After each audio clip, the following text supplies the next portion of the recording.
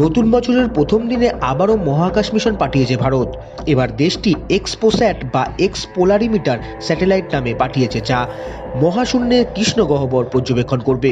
ভারতের অন্ধ্রপ্রদেশ রাজ্যের শ্রীহরিকোটা উৎক্ষেপণ কেন্দ্র থেকে এই স্যাটেলাইটটি পাঠানো হয়। ভারতীয় সংবাদ মাধ্যম এনডিটিভির প্রতিবেদনে বলা হয়েছে, পোলার স্যাটেলাইট লঞ্চ ভেহিকেলের সাহায্যে এই স্যাটেলাইটটি পাঠানো হয়েছে। ভারতের মহাকাশ গবেষণা কেন্দ্র ইসরো এই স্যাটেলাইটটি পাঠিয়েছে।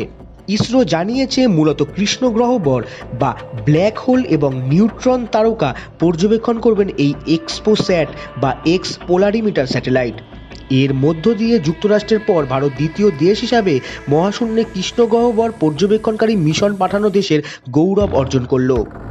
এক্সপোস্যাট বা এক্সপোলারিমিটার স্যাটেলাইটের দুটি অংশ, প্রোলিক্স বা পোলারিমিটার ইনস্ট্রুমেন্ট যা এক্স রে পর্যবেক্ষণ করবে, এবং এক্সপেক্ট যা এক্স রে বর্ণালী ও এর সময়কাল পর্যবেক্ষণ করবে। সম্মিলিতভাবে এই দুটি অংশ নিউট্রন তারকা ও কৃষ্ণ গহ্বরের কাছে বিভিন্ন বিকিরণ নিয়ে গবেষণা করবে।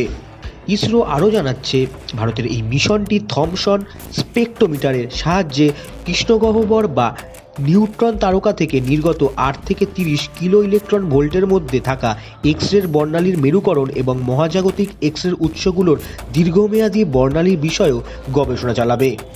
এতে ভারতের স্যাটেলাইট মিশন পাঠাতে খরচ হয়েছে $30 মিলিয়ন। তো এই ছিল আজকের ভিডিওটি ভালো লাগলে লাইক করবেন, শেয়ার করবেন, চ্যানেলটিকে সাবস্ক্রাইব করবেন। আজকের জন্য এইটুকুই, নমস্কার।